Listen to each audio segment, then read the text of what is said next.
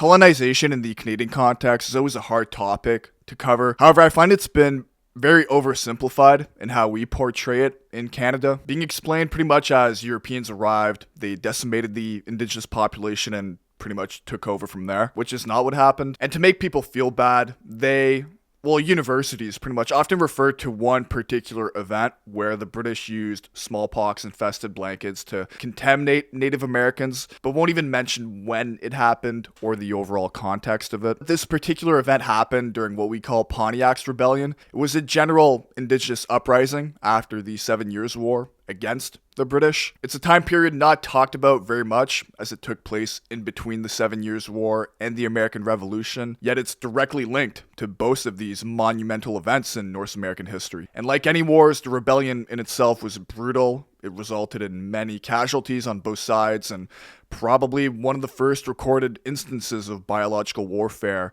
in North American history. So in this video, I'll try to explain as best as I can this time period, and we can all come out of it having learned more about our history and the people who defined it. If you're new to the channel, welcome. I post the widest variety of content on Canadian culture, Canadian history as a whole to keep things fresh, and I post music too. I'm looking to unite people and learn more about what makes us Canada, Canadians, and help us understand more about each other. After the French and Indian War, or the 7 Years' War, depending on how you learned it, the British took control of former French territories in North America. Even though the war had officially ended in 1763, by 1760 Montreal and Quebec had both fallen, and so the English had gradually moved westwards past the Appalachian Mountains and took over French fur trading posts in the Great Lakes region, the Ohio Valley, and the Illinois country. But these territories were also the traditional lands of various Native American nations, and while the French might have been defeated, indigenous people themselves were still there, and definitely did not feel that they had been conquered in any way. See, the French, they had integrated into existing native trade networks and formed alliances through marriages and diplomacy. So New France had been huge, yeah, but it only survived because of the good relations they had fostered with indigenous people. And it wasn't necessarily them who dominated the territory, it was always the indigenous people who set the boundaries of the relationships. In contrast, the British approach wasn't very open, and it was pretty dismissive of Native American claims and rights. Now, given the fact that the war was over and the French weren't there anymore, the military leaders of the British pretty much had no incentive to treat the remaining Native Americans as partners. And a lot of this change in tone was because of this guy, Jeffery Amherst. Who's Jeffery Amherst? You might be asking. Well,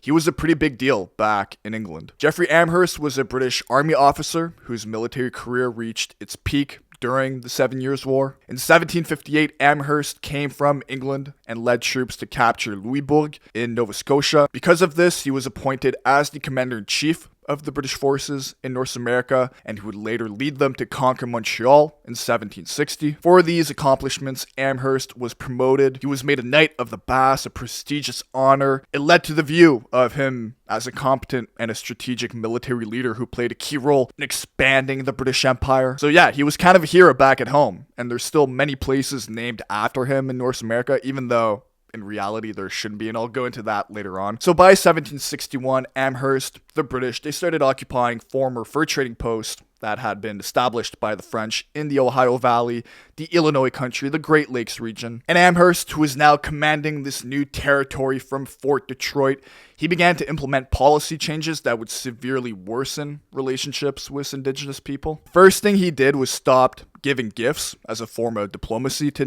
Native Americans. Gift giving had been an integral part of the relationship between the French and Native Americans. The French would often give European goods such as guns, knives, tobacco, but Amherst, he considered it to be bribery that was no longer necessary since the French were gone. He also began to restrict the amount of ammunition and gunpowder that traders could sell to Native Americans. And obviously this created a very odd vibe between indigenous people and the British, because gunpowder and ammunition helped Native Americans provide food for the families and get the fur that they needed for the fur trade. And many Native Americans just believed that the British were basically disarming them as a prelude to war. But really the worst part was the fact the British were expanding all over their traditional lands. While the French colonists had always been relatively few, like I mentioned earlier, there seemed to be no end to English settlers, and with them came all of their diseases and epidemics that resulted from them. So yeah, Amherst definitely wasn't liked by all of these different Native American nations, and specifically, like, who are we talking about? Which Native American nations was he encountering and implementing all of these different policies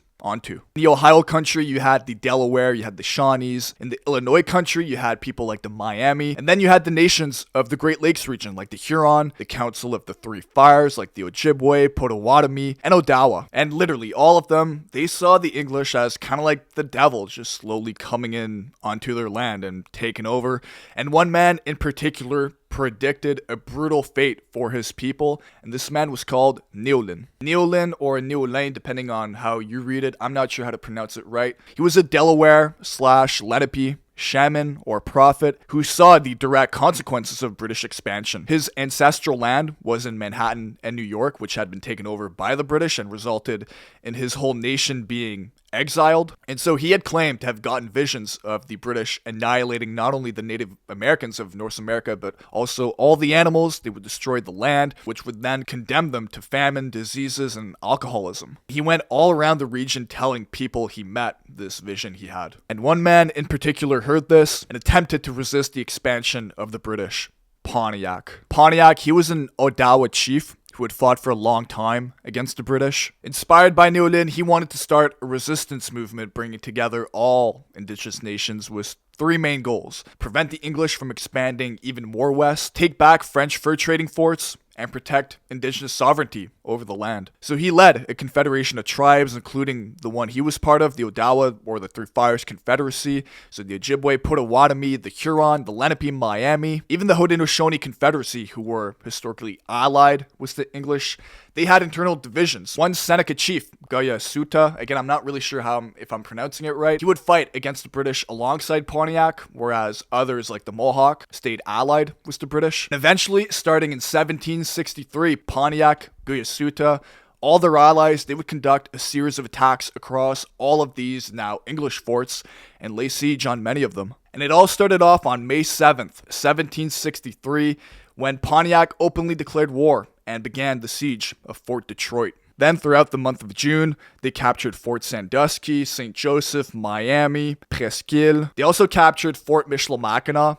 In a really brutal but insane story, if you're a history nerd, I would call this event the bloodiest lacrosse game. So the bloodiest lacrosse game was when 500 Ojibwe, they made their way to Fort Michilimackinac, and they convinced the English to let them in the fort to play a game of lacrosse in honor of King George's birthday. And so the British, they dropped their guards, even though they were in the middle of a rebellion. They let them in the fort and even started betting on the game, but little did they know the Ojibwe women were hiding tomahawks and knives under their clothing. So the 500 Ojibwe, they killed all 35 British soldiers who were manning the fort. So the rebellion was brutal. Like the natives, they had no qualms whatsoever about murdering children, women in front of the British, and they didn't hide the fact that it was the British in particular that they hated, as they often rescued French or Métis prisoners. So Amherst, well, it's safe to say that he was pissed. He was being completely embarrassed by these quote-unquote Indians. This was supposedly the great man who had conquered Louisbourg, Montreal, who had defeated the French yet couldn't get by the inferior natives. So the British, back at home, they were desperate for any means to really quell the rebellion in a swift manner, and this is where the smallpox proposal or the whole story comes in, and it's one of the first clear evidences of biological warfare use in North America. Now, the most direct evidence of the proposal to use smallpox comes from a series of letters between Amherst and one of his colonels, Henry Bouquet. In a letter dated from the same year, after discussing the need for decisive action against the natives, Amherst asked if it might be possible to inoculate the Indians with smallpox using infected blankets. But even then, historical records show that the officers had already given smallpox infected blankets and a handkerchief to Native American representatives, hoping to spread the disease. So the idea of it wasn't only proposed by Amherst, but it was officially applied in practice in the middle of war by all of these different commanders that were manning the forts. They were willing to go at very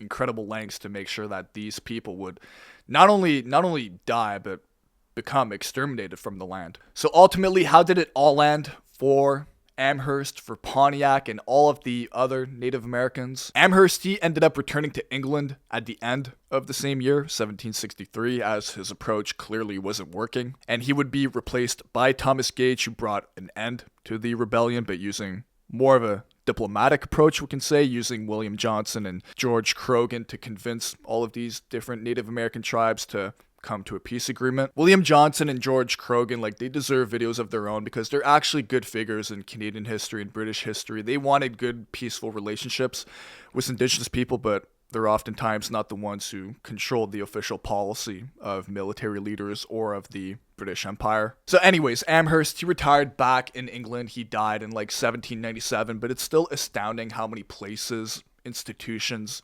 streets in the USA and Canada are named after Amherst. Like, yeah, the whole smallpox thing and his strategy around exterminating Native Americans was terrible. It's disgusting, but this man laid no roots in Canada or the USA. What is Canada and the USA today? Like, he acted only in the interest of the British Empire, and then once, you know, his work was done, he just went back home and came back only for warfare, you know? So his legacy in North America is only one of warfare and worsening relationships between the English, the French, and Native Americans. So it's really astounding that we still have his name in the USA or Canada, because he doesn't bring any pride to either country. Now, for Pontiac and the Native Americans who supported him, the early successes of the rebellion wouldn't last past 1764. The reality simply was there weren't enough Native Americans in numbers to overwhelm the English in the long term. There was no way for them to replenish their weapons, their gunpowder, because the English still controlled the overall supply chain of North America, what came in and out. And this alliance Pontiac had made with different Native American nations was so loose and decentralized that, you know, eventually nations decided to make their own peace agreements with the British until Pontiac was left pretty much isolated. Guyasuta, the Seneca chief I mentioned earlier, he attended a peace conference at Fort Pitt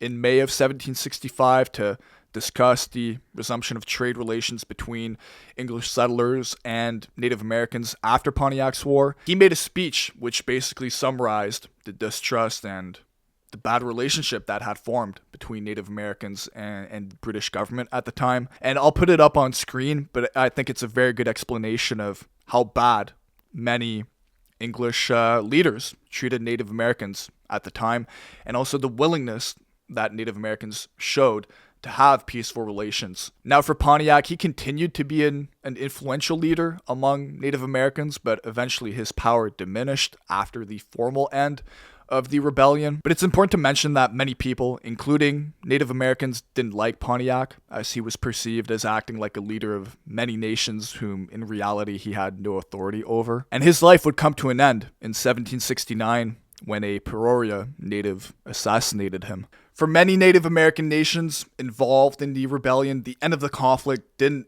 necessarily bring any significant improvements to their life. The Royal Proclamation in 1763 intended to ease tensions by limiting colonial expansion into native lands, basically restricting the English settlers to the east of the Appalachian Mountains, but no one respected that agreement. And over the next decades, many nations would face further displacement, loss of autonomy, cultural erosion due to the continued expansion of European settlers, and later on, the United States government. It's undeniable that many British leaders, especially military leaders, had no qualms about using any tactics possible to eliminate Native Americans for their own benefit. But then again, it's war. And if you were a British guy and you saw your wife, child, or friend get scalped, like, who knows what you would be willing to do. It's history and war. It's complicated. And we'll never truly know the full details of what truly went on. All we can do is learn as much as we can from it and try not to let it happen again.